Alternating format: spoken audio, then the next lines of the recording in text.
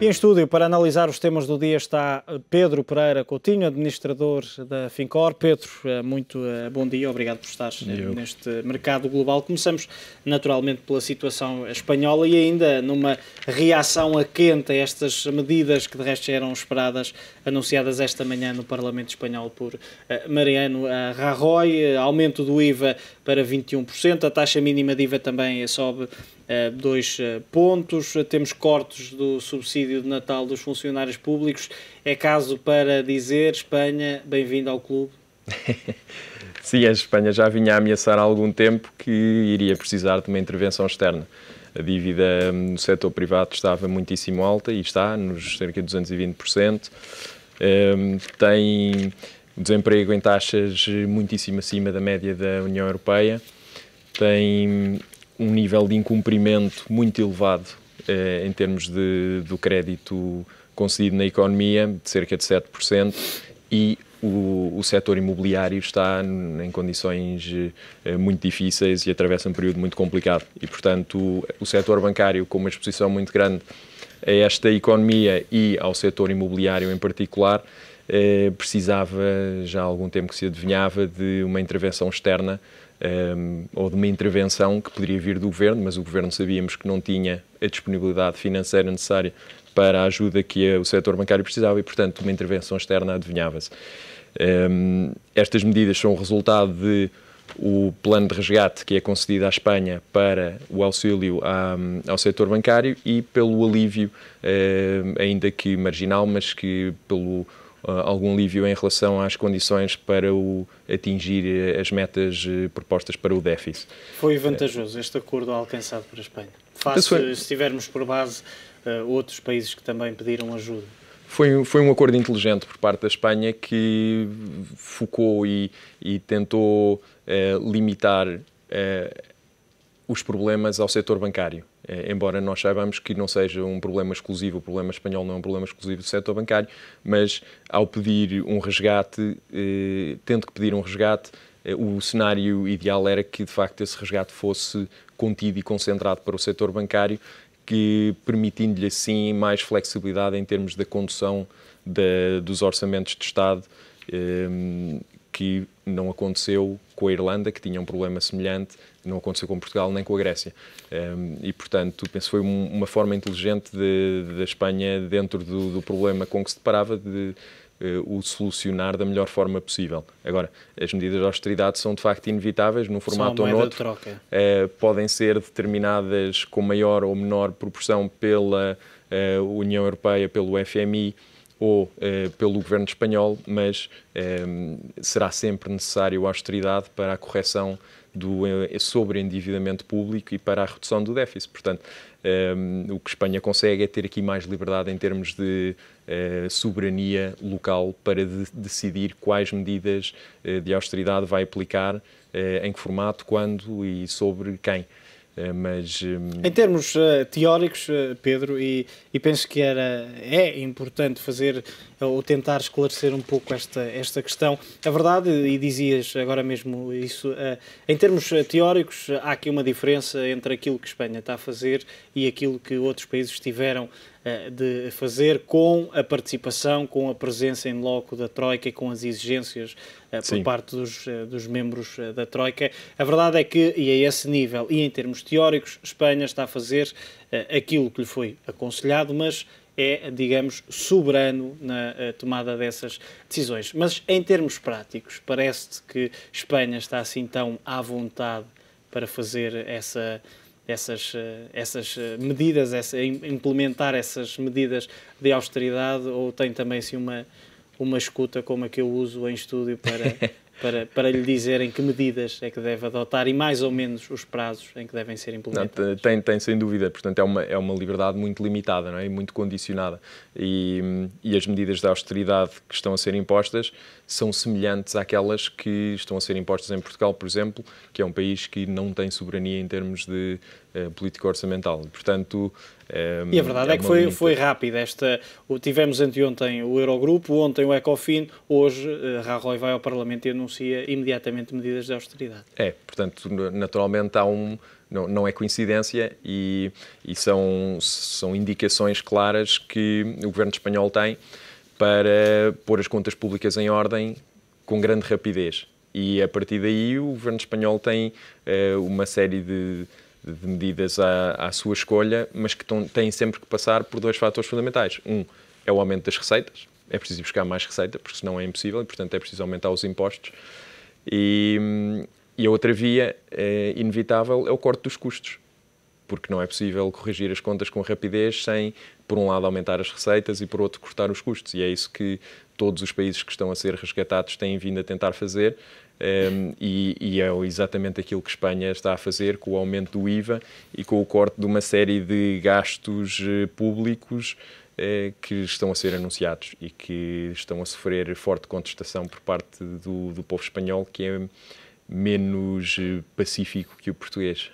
Olhando ou regressando à parte teórica, parece-te que Espanha vai continuar, pelo menos na teoria, a ser ela a decidir as medidas que vai tomar, ou vamos ter uma presença da Troika dentro em breve no país vizinho? A Espanha será acompanhada e já vem a ser acompanhada de muito perto pela União Europeia, sem qualquer dúvida, e enfim, em termos de fiscalização de contas públicas. Mas este pedido de ajuda externa pode alastrar-se, pode estender-se, ou seja, pode não ficar apenas pela banca, estender-se a todo o país. É possível. Neste momento, o governo espanhol está a fazer tudo para que isso não aconteça. E, portanto, as medidas aplicadas ao setor bancário, que vão implicar a criação do bad bank, vão implicar a imposição de rácios para os bancos intervencionados de forma muito rígida em termos de Tier 1 e em termos de rácio de conversão de depósitos em crédito. E em termos de a distribuição das perdas assumidas pela banca por todas as classes de dívida, até à dívida soberana, que terão que ser absorvidas tanto pela injeção de liquidez, mas também pelos atuais detentores de dívida até à classe de dívida sénior. São medidas que se espera que permitam corrigir a situação no setor bancário e conter o alastramento das perdas que o setor bancário vinha a sofrer e que, portanto, indicavam que se podia entrar numa situação muito complicada a nível de solvabilidade dos bancos espanhóis. Simultaneamente, em termos de contas públicas, está a ser feito aquilo que neste momento pode ser feito e com grande rapidez. A Espanha tem vindo a aplicar as medidas com maior rapidez até do que Portugal, que está sob o efeito de um resgate. E portanto, acreditamos que se mantiver este plano de austeridade em Espanha, com a rapidez e com a convicção com que as medidas têm vindo a ser implementadas, que não será necessário, pelo menos no curto prazo, uma intervenção externa em termos de contas públicas. Naturalmente é preciso esperar para ver que efeitos é que estas medidas vão produzir, como é que a economia vai reagir.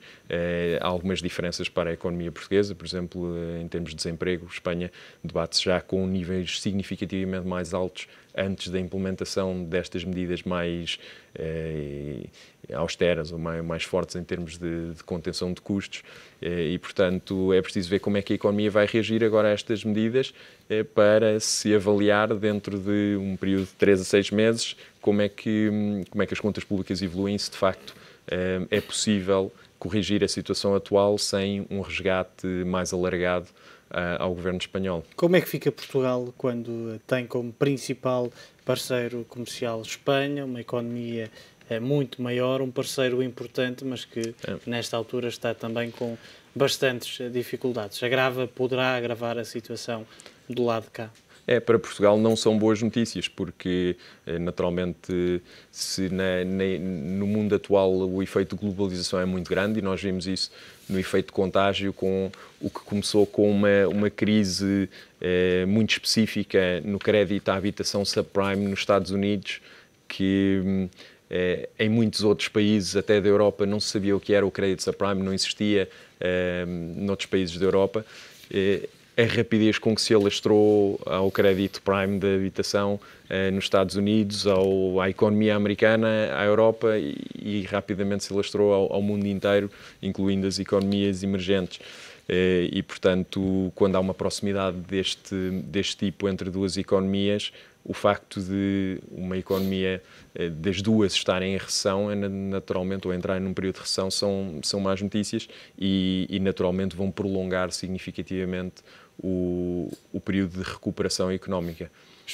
Portugal parece que vai ter uma maior flexibilidade para implementar as medidas e para alcançar, acima de tudo, as metas, tal como foi falado, que alegadamente os parceiros europeus terão pedido essa flexibilização.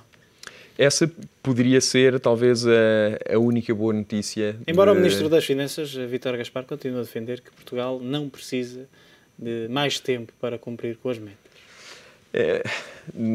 Talvez não precise de mais tempo e naturalmente, essa será a mensagem que o Governo tenderá a passar e é importante que assim seja, porque é sinal que estão a ser cumpridos os objetivos que foram acordados com a Troika. Mas sabemos que, de facto, se houver mais tempo para se corrigir a situação, que é benéfico para a economia e os estragos causados na economia pelas medidas de austeridade e pela falta de liquidez que existe neste momento, poderão ser aliviadas se tivermos mais tempo para tratar a correção das contas públicas e dos excessos que foram cometidos no passado. Vamos ver se viremos a beneficiar de algum aliviar das condições impostas.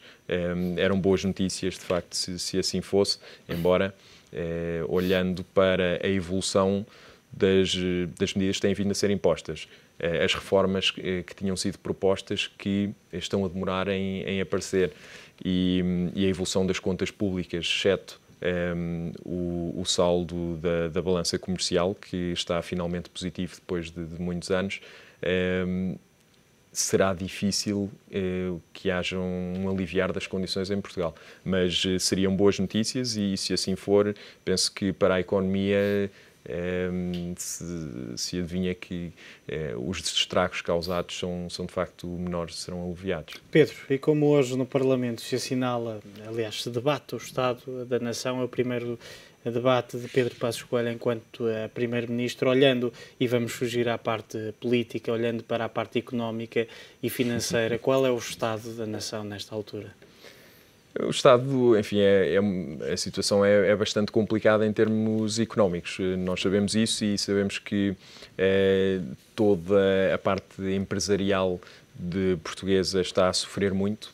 Há negócios que tinham condições e tinham viabilidade e que estão a fechar por falta de financiamento e por falta de liquidez que existe na economia neste momento via abrandamento do consumo e pela falta enfim, pelo estado atual do setor bancário, que aumentou muitíssimo os spreads e os custos de financiamento às empresas e famílias, e que isto quando esse financiamento está disponível, que na maioria dos casos não está, apesar de muitos bancos dizerem que estão a apoiar e estão a fomentar e a financiar o setor empresarial e de famílias. A verdade é que não estão e que é muitíssimo difícil neste momento o acesso a financiamento. Não se sentiu muito o efeito das LTRO do BCE, não é? Na economia real portuguesa. O efeito LTRO chegou ao setor bancário, mas não passou do setor bancário para a economia real, que era o que se pretendia. E vamos ver se agora estas medidas do Banco Central Europeu, sobretudo em termos de corte da taxa de remuneração de depósitos junto do Banco Central Europeu, se incentiva os bancos a não colocarem a liquidez que têm junto do Banco Central e que, pelo menos, haja mais liquidez entre bancos e que, eventualmente, dos bancos passe para a economia real. Mas a situação em Portugal é, de facto, muito complicada. O endividamento, estamos em recessão e, portanto, o PIB está a cair e, mesmo que o nível de dívida se mantivesse igual, a percentagem de dívida sobre o PIB naturalmente com uma redução do PIB, está a aumentar e, portanto, o endividamento está em valores neste momento máximos. E o déficit, apesar de ter vindo a reduzir, não estamos ainda dentro das metas propostas. O desemprego está significativamente mais alto do que estava anteriormente, é uma consequência esperada das medidas impostas. A OCDE diz que vai aumentar em 2013, mas... seria a evolução natural e que se espera.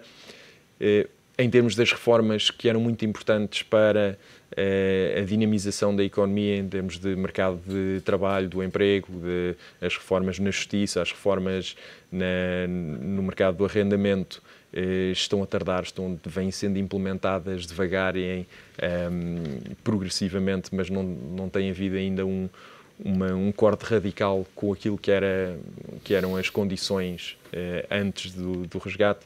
E, portanto, há aqui muito trabalho a fazer e daí eu dizer que parece difícil que haja um aliviar das condições impostas pela Troika. Seriam boas notícias, mas penso que dificilmente acontecerão. Pedro, muito obrigado pela tua análise. Obrigado. Pedro Pereira Coutinho, administrador da Fincor, com os temas desta quarta-feira, dia, como vimos, de debate sobre o Estado da Nação.